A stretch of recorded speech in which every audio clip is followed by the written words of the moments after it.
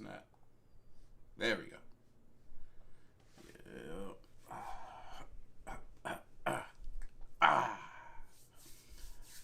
They're not expecting this one. I didn't announce this live stream anywhere.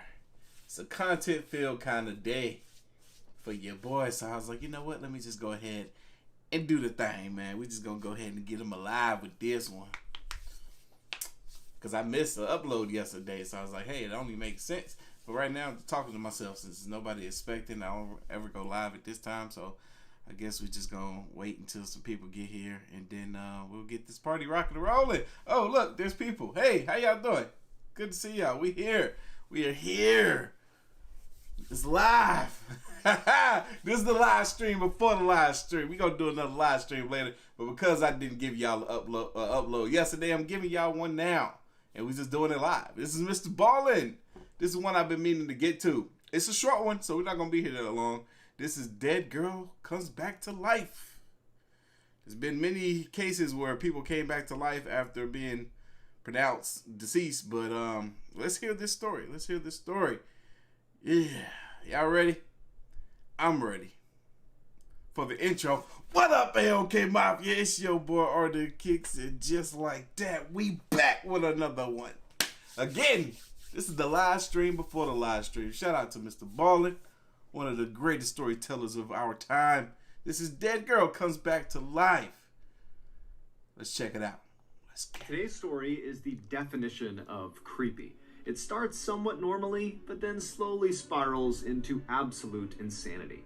It is definitely one you will remember. But before we get into today's story, if you're a fan of the strange, dark, and mysterious delivered in story format, then you've come to the right place, because that's all we do, and we upload once or twice every week. So if that's of interest to you, please go into the like button's fridge and dump out their 2-liter of Coke, and then refill the bottle with flat root beer. Also, please subscribe to our channel and turn on all notifications so you don't miss any of our weekly uploads. Before we get into today's story, I want to talk to you about today's sponsor, HelloFresh. The primary reason my diet periodically turns into diet Cheeto smoothies and deep-fried licorice popsicles is because I get lazy.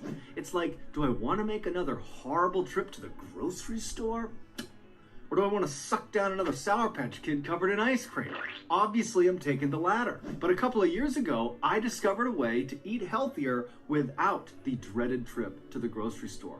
And that's with HelloFresh. HelloFresh sends you this neat little box full of meals, and they have tons of choices from fairly intricate to 20-minute quick and easy recipes. But the catch is, the meals aren't made yet.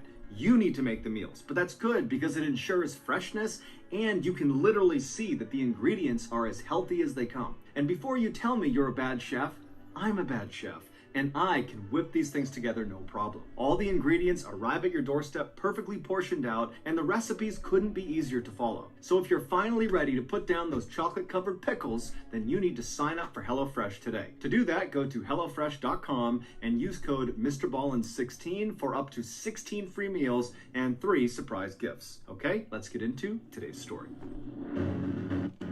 Yo, that slick might make my life easier when it comes to me freaking working out and trying to figure out what the heck I want to eat. I'm going to have to go check that out as soon as I get back from this trip. I'm bulk filming right now, you guys, because I'm going to Rome and then to Italy. I'm leaving Monday. So, yeah, when I get back, I'm going to be back on it.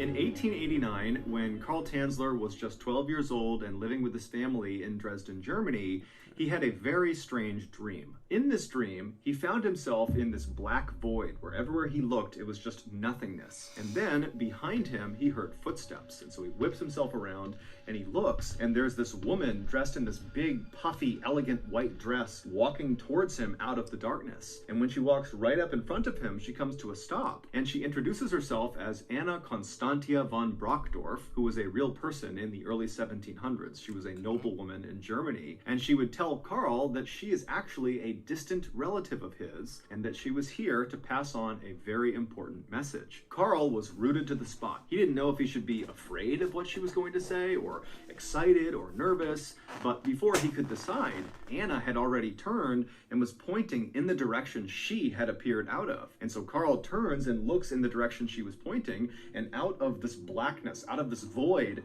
came this woman's face. It was a face detached from a body. It almost looked like a floating picture of a woman's face. And as this face floated closer and closer to them, Carl was immediately struck by just how beautiful this woman was. Her hair was jet black like a raven's feathers, and her skin was white like porcelain. But there was something off about this woman, this floating face. She looked sad and kind of frail. And so as Carl found himself staring at this face, which was now right next to them, Anna spoke to him again, and she would tell Carl that this woman, the floating face, she's going to appear in your life later on, and it is your mission given by God to save her. She's going to be very ill, very sick, and you need to find a way to keep her alive. Whoa, whoa. This is interesting. All right, so if this dream occurred, oh man, wait. You would almost think for her to say, hey, you have to save this woman. She will appear in your life. It's almost as if that woman is of some importance. Like she has to be saved. For whatever reason, this woman has to be saved. Oh my God. Then Carl, in real life, woke up, and immediately he was struck by just how visceral that dream had been. It really felt like that had just happened to him, but after a few moments it seemed like, okay, that was just a dream. But unlike other visceral dreams he had had in the past, this one did not gradually fade from his memory. Instead, over the course of that day, the memory specifically of the raven-haired woman's face really seemed to become more clear and more concrete in his mind, to the point where at the end of that day, he could easily remember exactly what she looked like. Over the following days and months and years, Carl periodically would have this same dream, this same vision of his distant relative Anna, who would come out of the void, and she would remind him to be on the lookout for this raven-haired woman when God sent her to him. I don't think that's a coincidence. I don't think that's a coincidence. He's continuing to have the same dream repeatedly? Come on now. Nah, that's a message. But despite these constant reminders in his dreams, and Carl being ever vigilant to look for this raven-haired woman in real life, he never actually found her. He never met this woman he was supposed to save. Fast forward to 1926, Carl was 39 years old. By this point, he had gotten married, not to the raven-haired woman, but instead to a local woman in Dresden. And the pair had had 2 daughters together, and they lived a simple life. And, by and large, Carl seemed rather content and happy with his life. However, secretly, he was a little disappointed that these dreams, these visions that he was having of Anna and the raven-haired woman, that they had not come true, that it really had just been a dream. That year, due to an economic downturn in Germany, Carl and his family left Germany and emigrated to the United States, where they believed there would be better opportunities for them. And when they arrived in the United States, they settled in Central Florida. But within a year, Carl and his wife had a severe falling out, and they split up. And so Carl would leave the family home in Central Florida, and he would resettle several hundred miles south in Southern Florida in a town called Key West. And it would be in Key West that Carl would get a job as an X-ray technician at a local hospital, and it would also be in Key West that Carl's life would change forever. Less than a year after settling in Key West... Hold on, that is so crazy to think that a family could be living in Germany. It is an economic downfall of their country. Then they decide to hightail it to America. They go to America. They come to Florida. They settle down. And their relationship doesn't last. So he ends up booking it a few miles away from where he was in Florida to a different location. It's crazy the journey that a life can take you on, man. I wonder if he ever thought, like, dang, here I am in Florida. Not with my wife anymore. We moved here from Germany. How the heck did this happen? I could go back to Germany now. But maybe the economy never, went back to where it was. Oh, snap. Mrballen, congratulations. 148? Psh, I would disappear if I lost that much. I need to lose about half of that at least, though. X-ray technician at a local hospital, and it would also be in family home in Central Florida, and he would resettle several hundred miles south in Southern Florida in a town called Key West. And it would be in Key West that Carl would get a job as an X-ray technician at a local hospital, and it would also be in Key West that Carl's life would change forever. Less than a year after settling in Key West, Carl was at the hospital going about his day when an older woman walked into the office, and she said to Carl that she was there to get her daughter, her 21-year-old daughter, an x-ray of her chest because her daughter apparently couldn't stop coughing and they were concerned about it. And so Carl began doing the paperwork with the mother when suddenly the daughter came into the office. And as soon as Carl saw her, he knew immediately that she was the raven-haired woman from his dreams. She walked in and she sat down in a chair, and Carl just stopped what he was doing and stared at the daughter. And then he kind of broke out of it and turned his attention back to the mother, and he said to her, "Ma'am, don't worry. I will do everything in my power to save your daughter's life." Now, the mother didn't know what was wrong with her daughter. And so this was both really helpful that this man she was talking to was so willing to help, and also kind of ominous that he was already insinuating that she could be dying. But either way, the mother said, "Thank you very much. We really appreciate that."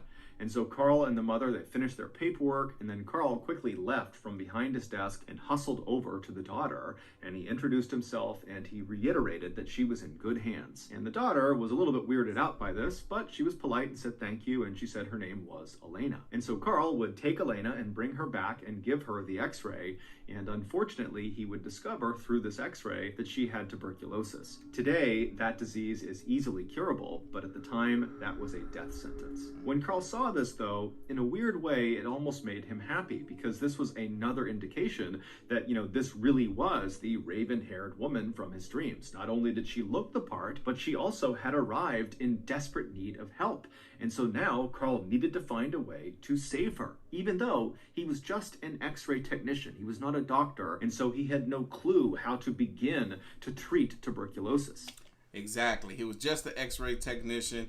Yo, this is a real photo of him in the lab, too. This is crazy.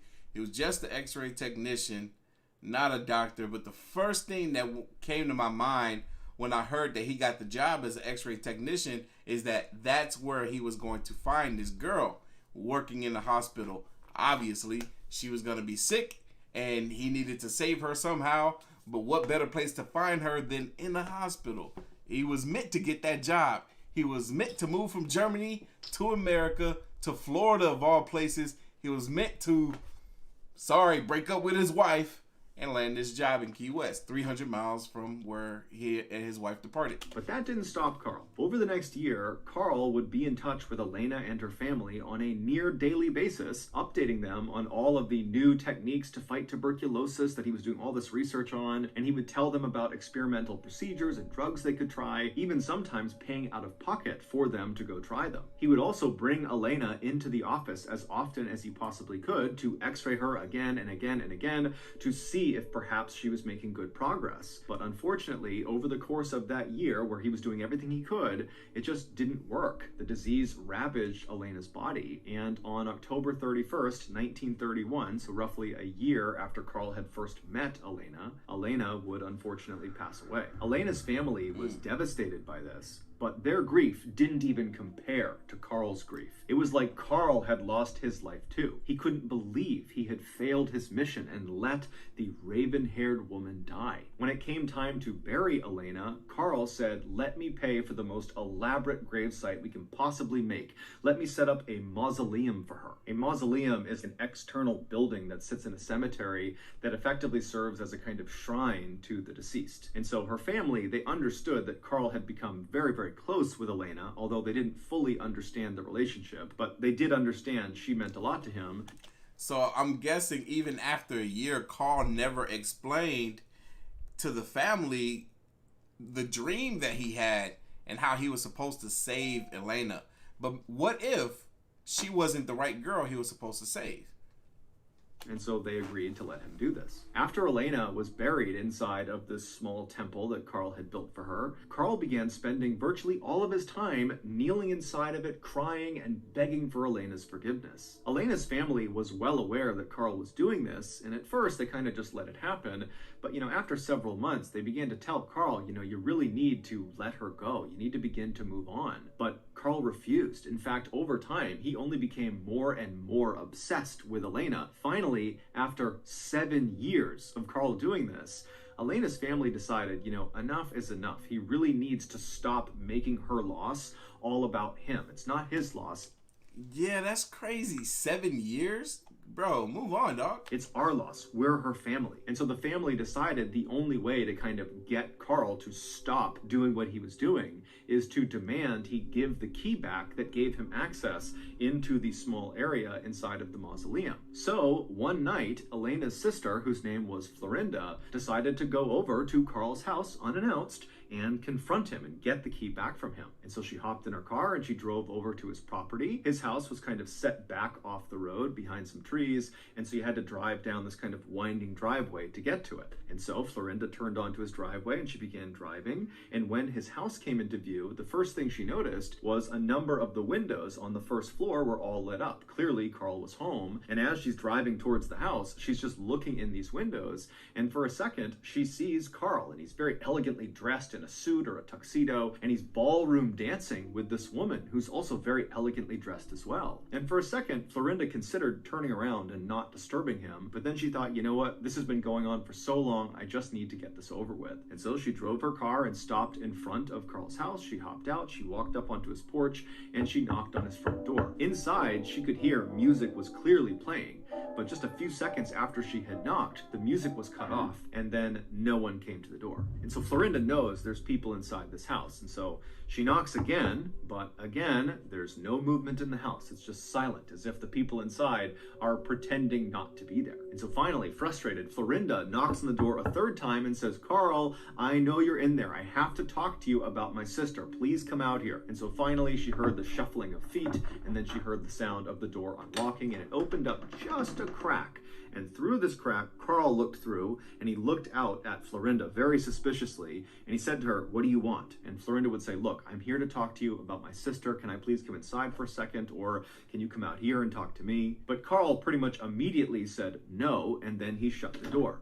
However, before he shut the door, Carl had very briefly stepped out of the way, allowing Florinda to see through that gap into the house. So before the door actually shut, she got to see who and what was inside that house. And what she saw was the woman Carl had been dancing with, and the woman was seated in a chair maybe halfway through the house, and she was facing the door, and Florinda knew immediately it was her sister. And so she's standing on the porch having no idea what to make of what she's just discovered. And so feeling kind of overwhelmed, she just kind of staggered off the front porch, she turned around, she ran into her car, and she drove off to tell the police. When the police came back, they knocked on the front door, and they demanded that Carl let them see the woman he was there with. And so at this point, Carl knew the gig was up, and so he opened the door and he allowed them to come inside. And when the police went inside, they saw the woman he was with, and sure enough, it was Elena. However, Elena was deceased and had been for 7 years. After her death, Carl said he was able to talk to her inside of her mausoleum. And so that was why he was going back there every single night, because he and Elena were spending time together. And then at some point in 1933, so 2 years after Elena has been dead and buried, Carl would say she told him while he was visiting her mausoleum that she didn't like being in the mausoleum and that she wanted to come back with him and stay at his house. And so the following day, Carl had shown up with a child's wagon, and he pulled her out of her coffin, pulled her out of the mausoleum, put her corpse in this wagon, and wheeled her back to his house. He had continued to go to the mausoleum every night for the next 5 years just to keep up appearances. But Elena's body never went back inside of it. She would stay at his house, where he painstakingly attempted to restore Elena's very badly decomposed body to its original form. He strung piano wire through her entire body, connecting all of her bones together to keep her skeleton intact. He replaced her eyes with glass eyes, and he began rubbing the special wax all over her skin. He also stuffed her insides full of rags in order to give her a full, natural look. Yo, this man, because of this dream, he was doing the most. And I'm surprised that that was the figure. That didn't even look real. That looked like a freaking stuffed mannequin or something. Like, I don't know. But it just, for the sister to be like, yo, that looked like my sister, I'm calling the police. And the police come and investigate that. Like, I wouldn't have. It don't look real. It looked like he made that himself because he was just that obsessed with Elena. But maybe even then you still would call the cops because it's like he's exhibiting some strange behavior and he won't be attentive to me so I can get the key from him.